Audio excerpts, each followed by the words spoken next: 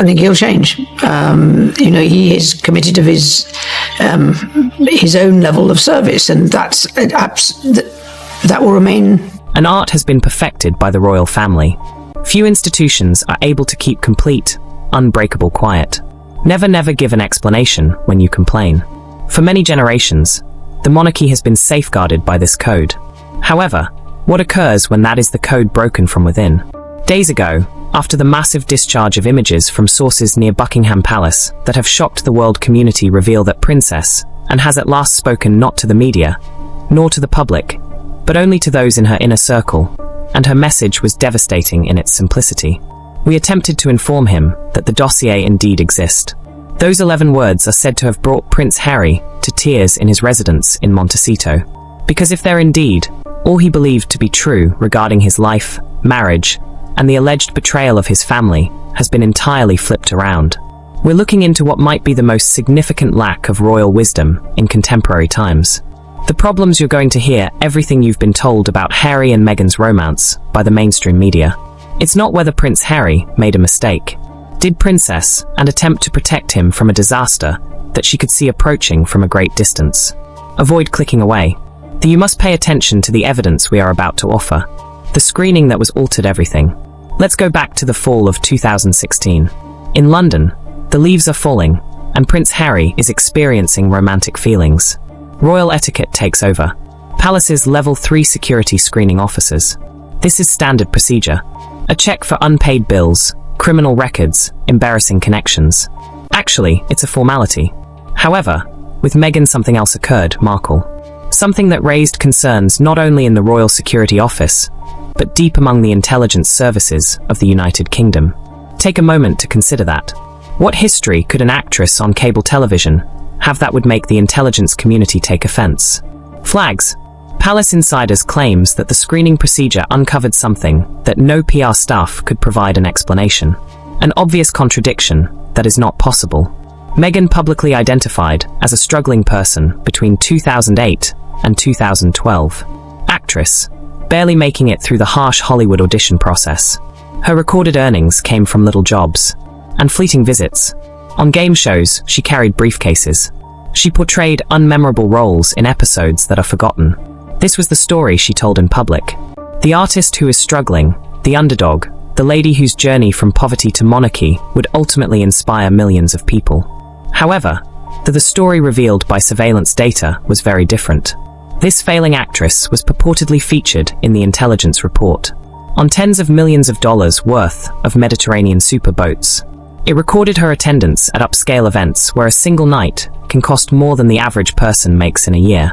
It demonstrated she was moving among the exclusive, invitation-only circles of Middle Eastern power brokers and Gulf aristocracy. Princess Anne is well known in the palace for her straightforward demeanor and close ties to the security, according to reports. One of the first senior royals to read the file was the establishment, and her blood raced at what she saw. Chilly. She examined the chronology. She examined the money. After reviewing the travel logs, she posed the query that Harry had declined to answer. All of this was paid for by whom? Because this is what you must comprehend. Actresses that are struggling don't float carelessly through prestigious international power spaces without substantial financial support. Someone paid for the trip. The access was covered by someone. Her appearance was made possible by someone. In rooms where billionaires negotiate transactions that change countries. The case file made a suggestion that would destroy Harry's love vision. During those years, Meghan Markle wasn't having any difficulties. She was receiving sponsorship, and in the field of intelligence, unexplained riches or access is the only largest warning sign of a security breach. Princess Anne recognized something that Harry, in his romantic hazy, unable to see. These were not haphazard invitations to opulent gatherings. This was methodical farming. When the same individual keeps showing up in the same privileged circles for several years, even though they didn't seem to have any means, intelligence analysts begin making connections in order to afford such a lifestyle. They begin posing awkward queries regarding the duty of patronage and what for all that access, precisely what is being traded. The security staff at the palace would have cross-referenced financial accounts, trip logs, and photographic proof. They would have plotted her social network to find the similarities. Additionally, they discovered a pattern that spanned from Monaco to the Middle East, from California to the Mediterranean, and was financed by sources that didn't show up on any tax return. The conflict that shattered a family. This leads us to an encounter that is said to have permanently damaged the aunt-nephew connection. A conflict that Princess and perceived as evidence of his family's brutality, but Harry would later describe as her final, frantic effort to keep him safe. Can you picture yourself in Anne's shoes? You're in possession of a classified intelligence report. You're enamored with your nephew, preparing a billions of people will see this wedding, and you know something he doesn't. You are aware that the woman he's for decades, intelligence analysts have been monitoring individuals who fit a very precise profile. Those who are going to get married, and didn't sit Harry down and give him a lecture about royal protocol, race, or class. She took a seat he was willing to discuss national security. According to reports, she placed the Saudi document on the table and indicated a strategic social placement is a term used by intelligence analysts. Permit me to describe what that implies, as it is essential to comprehending everything that comes after. In circles of elite power, especially those with ties to international oligarchs and Gulf states, who are handsome, smart, and socially savvy, sometimes people are purposefully positioned close to high-value objectives. Instead of using simple espionage techniques, they use smart social engineering. You're granted admission to the appropriate rooms, introduced to the appropriate individuals, invited to the appropriate events, and there because someone thinks you can fulfill a social, relational, or in terms of reputation. According to reports, Princess and gave Harry a direct explanation of this. She informed him that the images in the dossier depicted a person who wasn't accidentally or fortuitously wandering into these areas. They displayed someone who was at ease, someone who comprehended the hierarchy, someone who knew just how to move through rooms full of some of the most dangerous and powerful guys on the planet. Her caution was eerily accurate. Harry, she hasn't only been seeing you. People don't keep people like her. If you're not helpful, stay in these circles. However, Harry was blinded by his beliefs, refused to consider the evidence since it was destiny. He witnessed oppressed victim persecution and observed a shadow market benefit. He famously said he didn't see the dossier as protection, saying, "What Meghan wants, Meghan gets," but as a slight evidence of his family's racism, classism, and determined to ruin his joy. He hid the report as a result. He disregarded the invoices. He strolled straight into the trap that Princess and had pointed out. The current catastrophe cannot be exaggerated. Princess and wasn't behaving in a prejudiced or snobbish manner. She was acting due to lack of experience. As a working royal for more than 50 years, she had witnessed innumerable people try to infiltrate the royal family for one's own benefit. She recognized the sophisticated techniques employed by people looking to use their royal connections for financial or an advantage in politics. She had become adept at spotting those whose motives didn't coincide with their declared goals, and those impulses were aroused by everything in the dossier. The impossibly difficult way of life, the Gulf links, the tactical placement, the meticulously carefully constructed a public image that was inconsistent with their private lives. These weren't the characteristics of a naive romance. They served as a long-term operations defining characteristics. This is the question I want you to think about. Was Princess and acting cruelly? Was she telling the truth? The math is impossible. Let's discuss money. Due to finances don't lie, but romance is lovely. From 2008 to 2012, Meghan's short-term gigs, TV appearances, and small acting roles are listed on Markle's official portfolio. She wasn't on the A-list. She wasn't even a ballista. She worked hard for auditions as a working-class actor in Los Angeles. She was taking any job she could find and concerned about rent. During this time, she held a briefcase, which was her most notable employment. Deal or no deal? According to reports, she makes about $800 every episode. Now, let's examine the ledger's opposite side. The recently released images show her on yachts valued at tens of millions of dollars. Private parties on Mediterranean circuits in Monaco were Russian oligarchs, Saudi princes, and foreign financiers. Occasions where a bottle of champagne alone is more expensive than a month's rent in Hollywood. Can you see the issue? The math just doesn't add up. Why are summers in Monaco are not financed by television roles? Mediterranean yacht circuits are not funded by carrying a briefcase. The wage of a struggling actor is insufficient to pay for luxury overseas trips, expensive clothing, and access to the world's most elite social gatherings. Since this is where the dossier comes in, let's examine the real numbers. Becomes indisputable. A first-class trip to Monaco from Los Angeles in it would have cost between $8,000 and $12,000 in 2010. The yacht exhibition or the hotels in Monaco during the Grand Prix season. At least $1,000, frequently much more each night. Elegant evening attire suitable for these events. Each dress costs between $5,000 and $20,000. Accessories, cosmetics, hair, and a few thousand more. We are discussing costs that would likely surpass $50,000 for just 1 week in Monaco. Additionally, the images demonstrate that this wasn't an isolated incident. This pattern persisted over several years and several places. These expenses were being paid for by someone.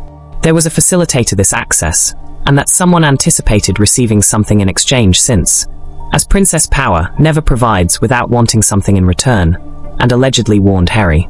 At this point, the narrative shifts from romance to transactions. In the Gulf, these connections between worldwide oligarchs and elites follow a very particular pattern. Currency is access. Discretion is the cost of entrance, and beauty is leverage. The intelligence evaluation most likely found that Meghan wasn't only fortunate enough to receive a few invitations to parties. The images cover several years. This was not a case of opportunism. It was methodical. It didn't assist. It was assistance. It was not a chance. It was a financial commitment. The money, if bank records had not revealed significant withdrawals for these trips, forensics would have been damning. No acknowledgement card bills for upscale lodging, and no receipts for fancy dresses, indicating someone else was making the reservation, paying, and making sure she had everything she needed. The role and act out the part. In terms of intellect, this is referred to as being managed. You can't afford to pay for yourself, so you don't. Someone with resources manages your travel, spending, clothes, and access. And in exchange, you give them something worthwhile. Your ability, your presence, and your discretion, your readiness to be seen with the appropriate individuals in the appropriate settings in order to facilitate introductions. And this is the horrifying query Princess and asked Harry. He was unable to respond to the question at the time, and is still unable to right now. What was the expected return on that investment? The handler was clearly visible. If the boats were the stage, and the director at the time was Marcus Anderson. For years, the mainstream media depicted Marcus as merely a charming Soho House consultant and Meghan's best friend. Empire, a faithful ally. However, in the secret documents of he was seen very differently after the palace vetting report. According to reports, Princess and did not identify him as a companion as well as a handler. Why would British intelligence employ such a loaded term? Let's look at the proof.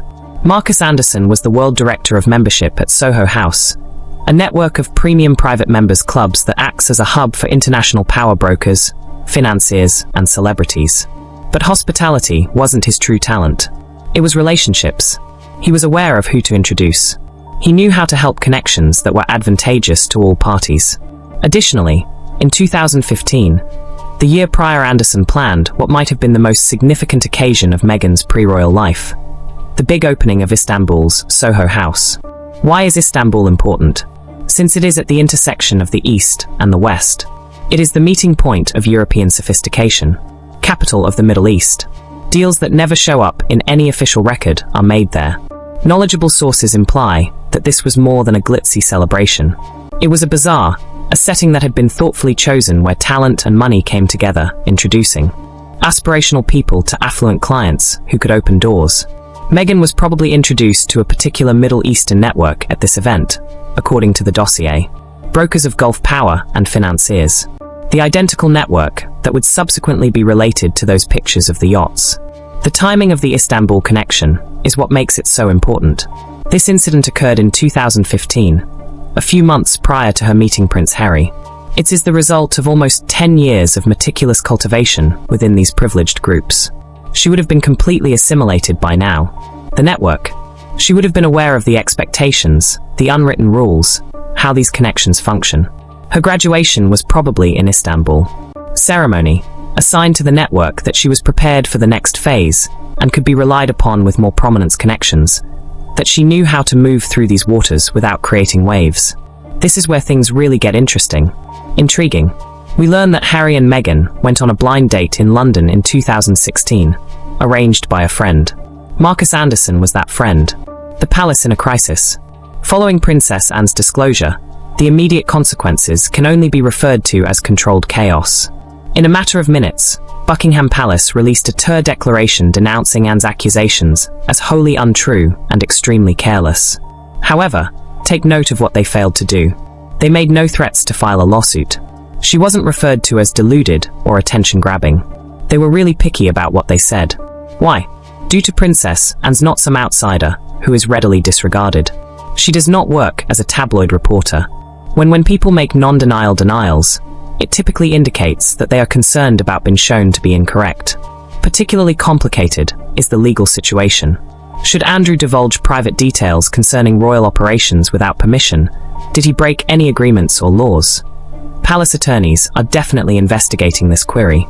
However, Meghan's lawsuit against a member of the royal family team has become more combative, labeling Anne's assertions as pure fiction and anxious to get attention. But once more, take note of the tactic.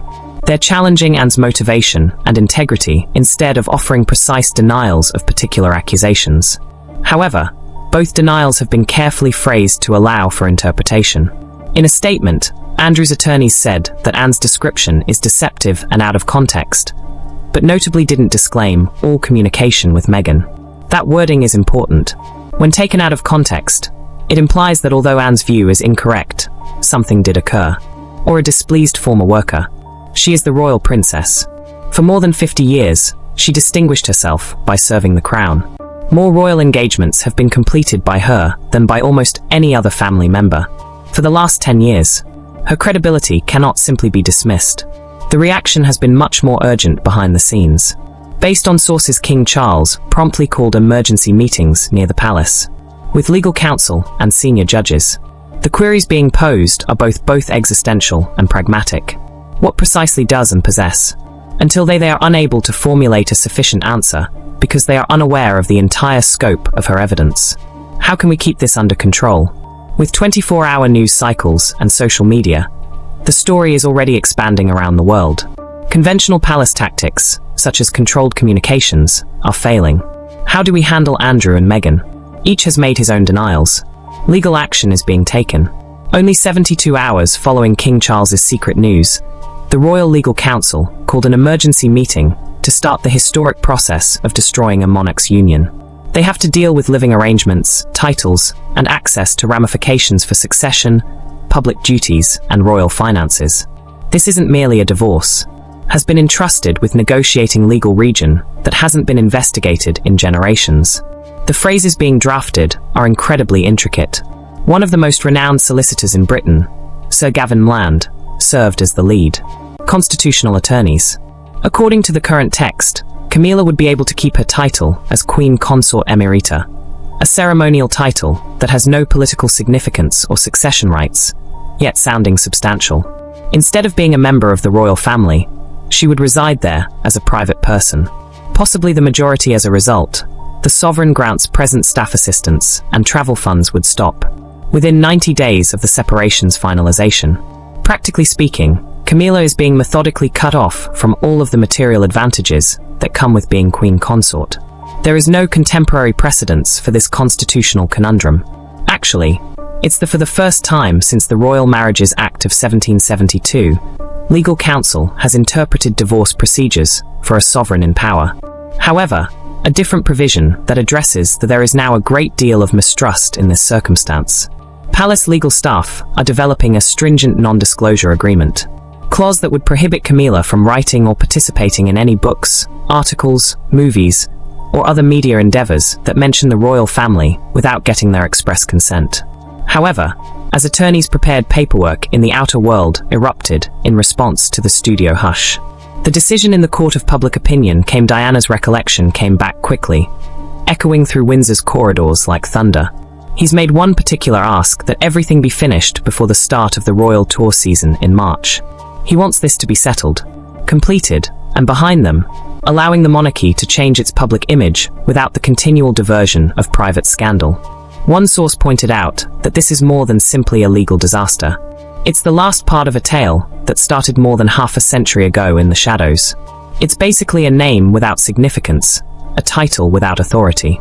More importantly, Camilla would be stripped having access to Dush of Cornwall moneys, the enormous estate that generates revenue for the family of kings. Additionally, she would no longer have access to crown estate benefits, severing her financial infrastructure that enabled her to live a regal lifestyle. Her living situation would be fixed permanently at Raymill House, which is crucially not an official royal residence. Penalties for violations might reach £5 million. According to reports, Prince William himself insisted on this condition. As a single source, according to someone close to his media staff, no more shaping history to suit her agenda. Throughout this process, Charles is emotionally vulnerable but docile, according to assistants. He has attended legal briefings, but his attention is still split between personal destruction and duty. Prince William's startling declaration. At Kensington Palace, the day started out like any other royal morning. As per, it was exactly 7:48 a.m. According to unidentified palace sources, through its formal channels, the palace issued a statement. In a matter of seconds, helps the people inside the palace were aware that this was unusual. The assertion did not originate from a committee, an office, or a spokesperson. It was straight from Prince William. Just that little detail made all the difference. In contrast to typical, there was little formality in the palace pronouncements. In an action that captured palace, Prince William surprised onlookers by announcing the final and permanent to any future interactions between the Duchess of Sussex and the Crown. There was no space for stories of reconciliation, no possibility for reinterpretation, and no wording that implied a review opportunity. It shut a door that many thought would never completely close, being cautious not to conjecture beyond what the statement permitted. The queue had been drawn, but its shadow continued to go forward. As the day went on, people's focus gradually started to go in the direction of William's motivation. People desired to comprehend who was contacted, how such a decision was made, and how it had been coming for a long time. Stay put, because you're going to discover what William was set off. The news was reported by the BBC. Sky News came next. ITV made a cut into morning programs. CNN displayed a warning graphic throughout its screen. By 8 o'clock, the narrative had taken the place of weather segments, business updates, and news about entertainment on major networks. Experienced journalists such as covering the monarchy for decades, Nicholas Witchell, said the event was unlike anything he had ever witnessed in his professional life. The media throughout the world moved quickly. Reuters released a shocking bulletin in 4 minutes. Lyon changed the headline on its homepage in France, before the majority of commuters arrived at work. However, the response from the media is nothing like to social media. CrowdTangle data revealed more than 1 million interactions. During the first 10 minutes across platforms, the topic reached number on X, one globally in less than 8 minutes. However, the message wasn't the only thing. It's what mattered most was the timing. Keep an eye out, since we're going to disclose all the information you require regarding William's startling choice. The release's timing is crucial. Since it was 7:48 a.m, it appeared on British breakfast television, Asian afternoon newsrooms, and late North American night desks all at once. Because of the timing, there was no gentle rollout, quiet window. 3 minutes later, that combination unsettled everyone. Despite analysts' belief that there was no movement in the financial markets, there were some significant interruptions following the announcement. The pound remained steady, notwithstanding brief surges in shares associated with British media businesses. As more individuals watched the announcement, there was an increase in trade volume. Public response was not the same everywhere, but it was in the UK. YouGov later that day, quick polling revealed a stark age gap. Currently, this is a shocking. Globally, people have already realized that the Crown and through interviews, documentaries, and court proceedings, Sussex's relations were strained. Documents, as well as media criticism. Those moments were chaotic, emotional, and frequently reactive. This was not a reactionary or sentimental announcement. It was personal in origin, but had an administrative tone. And you know what? Yes, the majority went unanswered on purpose rather than as a result of congestion. The message included silence. The decision was made after the institution had spoken. Is not debatable. Early in the afternoon, the narrative had changed from what transpired with the subsequent events. Commenters started speculating about how this would impact media coverage, charitable donations, and future coronation planning approach. Legal experts talked on the consequences for funding, titles, and representation. For the most part, older people thought the decision was long overdue and essential for the institution's stability. However, the younger generation was not overly pleased with the finality of William's choice. In addition, William's choice to not provide a direct speech was important as well. There were no personal or emotional pleas. Complaints, with no mention of earlier interviews or accusations. By staying away from that, William's announcement was not immediately refuted. Media sources had their facts to report, but not much to analyze. Because of the void, observers may examine structure, precedent, and consequences exclusively. Do not consider persons. However, royal historians claim that William's choice is not novel nor unexpected. For example, the palace took Her Royal Highness out of Diana's name after her well-known 1996 divorce from Charles. However, others quickly countered that even at that point, communication was managed via official means as opposed to a private declaration. Nobody could remember a time when such a proclamation was written by the future monarch himself. As word got out, the palace was contacted by embassies to request clarifications. A source claims that Commonwealth William's staff briefed the Governors General, and by noon, thousands of calls have been recorded on the palace switchboards. In front of Kensington Palace, there were already journalists on the scene. Some had been there since the sun came up. Tipped no one anticipated this magnitude, but it was clear that something important was on the horizon. Even a palace employee referred to it as a historic rupture, not only inside a family, but throughout British culture in general. William also gave the command the palace to initiate a reaction. Such plans are time-consuming. Remarkably, a former palace employee even affirmed that these kinds of situations typically takes years to complete. But what really set this event apart was not even the sound, but assurance. The revelation. December of 2025. A date that will live on in royal history forever. Not to celebrate. Not for a celebration, but for the day Princess and finally declared, enough is sufficient. The location was intentional. Nor Windsor Castle, nor Buckingham Palace, however, Anne's private home and haven, Gatcombe Park, is the only where she has no one to answer to. This was not a royal declaration. Coordinating media tactics, and developing a defense against the institution that they both believed had deceived them. Now consider this.